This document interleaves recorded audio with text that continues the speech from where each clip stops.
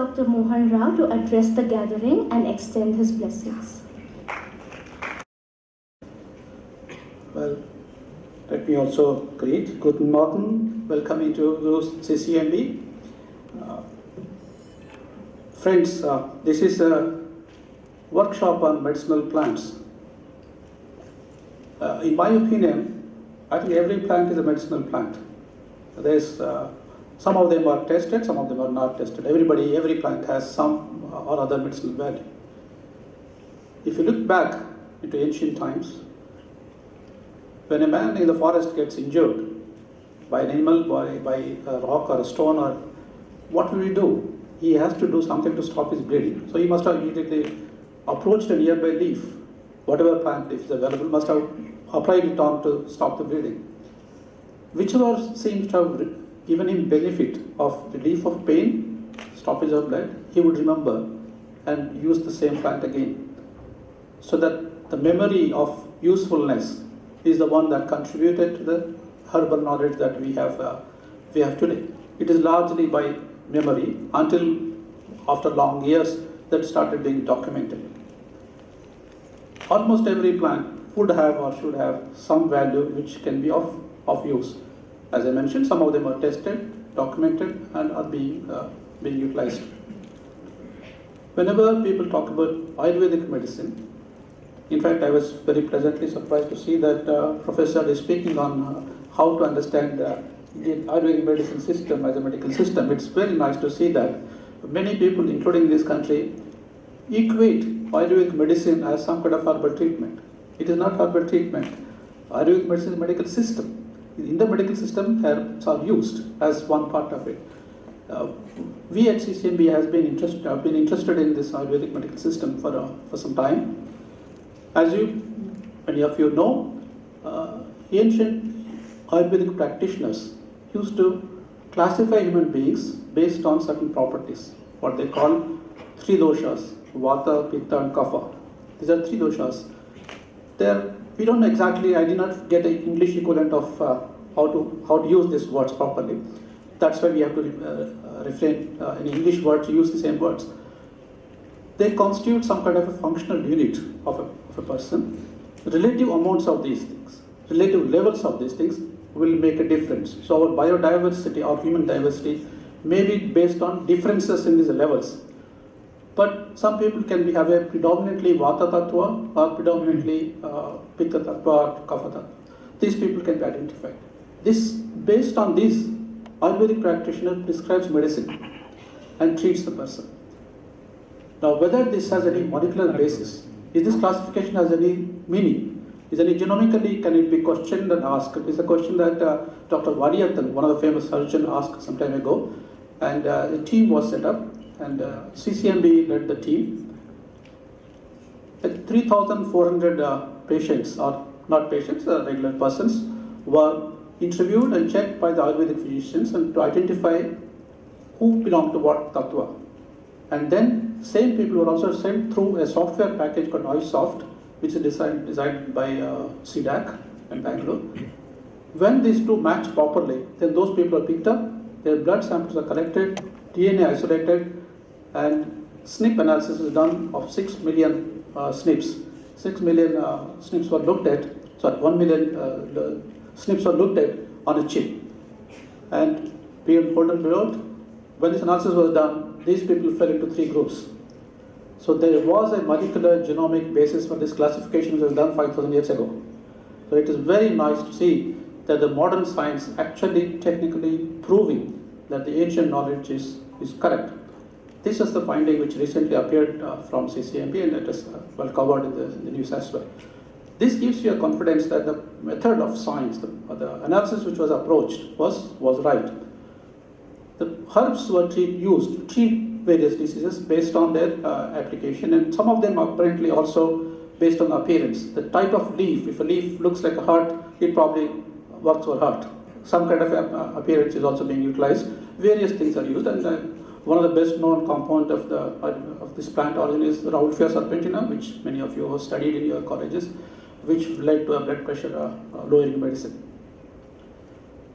Almost all the situations these plants gave us medicines and food, of course. Nutrition itself can be a treatment modality. Now, as we talk about modern medicine as opposed to the ancient medicine, what we mean by that is that chemistry has come into plant sciences. In fact, as you notice, biological sciences to start with were descriptive sciences. Biology was talking about whether animal has 2 legs or 4 legs, or a plant has 5 many leaflets, things like that. That changed to analytical level after chemistry joined biology. In a similar way, when chemistry joined medical or herbal treatment, then you started isolating what compound is present in a given plant which is working. This approach helped us a lot. We have quinine, and many other, he talked about Taxol, various things came over it. But that doesn't seem to be a right approach, because there are many places where if you isolate a specific component from the plant, that doesn't seem to function.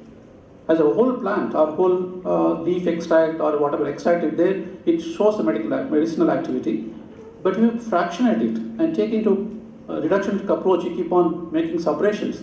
At some point of time, none of the components work effectively at all. There may be synergism between few of them. So sometimes synergy is required, not complete isolation is required. So when you completely go to isolation level, say that the plant doesn't work, then that is highlighted very heavily, saying that this plant is supposed to be working, but your active principle is not having any activity, so this plant cannot work. But that's probably incorrect. So we need to look at the synergy as well. So you have to look at the plants in a different sense. Although medicinal chemistry was, as the title says, biochemical and molecular analysis, I think it's firstly chemical analysis. And biochemistry, of course, less important, because we're talking about biochemistry of the plant. How its molecule is made is a different aspect, but what influence it will have on a human being, pathophysiological effects and other chemical analysis effects will be very, very interesting to study. Now that we need modern system to study this, we biologists start with, we use in vitro systems, cell lines. Again, that's not very correct, because cell lines are immortalized cells. They are not actually primary cells. These cells are turned in such a way that they continue to live. Because of that, they're almost like cancer cells. So their cells behave a little bit different. So again, cell line testing also has to be checked very carefully. We have to go for animal models only. And animal models, again, the appropriate models have been necessary, and there are now large number of model systems available. I think the medicinal chemistry has, or medicinal plant research has gone on very long in India, and still people use medicines very effectively. I do remember very long ago when I was a student, college student, one of our team was visiting, one of the medical team was visiting a forest area to collect some information on malaria and occurrence, things like that. A good group of students went to help them. I was one of those people who went to a forest to help them. When we were going and collect the blood samples from the forest dwellers, okay, the doctor will use his syringe to collect a little bit of blood, and those people, the syringe doesn't get into the skin. The skin is tough, syringe doesn't get into the skin, so the doctor was a little concerned what is this. Then those people smile and tell that they've actually deliberately applied a plant extract on the skin so that the needle doesn't penetrate. Okay. Then they wash it away, then it penetrates. This thing they're using this extract apparently. We were just curious to ask why they did and what is that used for. They apparently apply that to the legs. When they are walking in the forest, the thorns should not scratch them. To avoid the scratching the thorn, they'll apply that so they'll be safe. I don't know what component in that which is doing that, and it will be interesting to find that out. So there may be several beautiful such things which can happen. We also see some magic people performing. You take potassium permanganate, put glycerin on that, it catches fire and burns. The similar thing can be done with the plant extract. So there is a whole lot of interesting things happening in the medicinal plants and the plant that we can take out and investigate. But we must be cautious that in isolation, each single molecule may behave differently in comparison with a group of molecules which are present in natural environment. So we have to take that aspect into consideration and design formulations and test it in normal fashion. Unless they are tested, statistically proven, it will not be acceptable for the general population. So I think that would be done, and like Chinese medicine is becoming popular, Ayurvedic medicine also probably will find use not only in India, in all other countries, and this should bring both health and wealth to our country people. I'm sure this one-day series of lectures will be very stimulating and interesting. All of you will get benefit of this. Thank you. Thank you, sir. May I now request Professor Dr. Martin Medvedev to say a few words.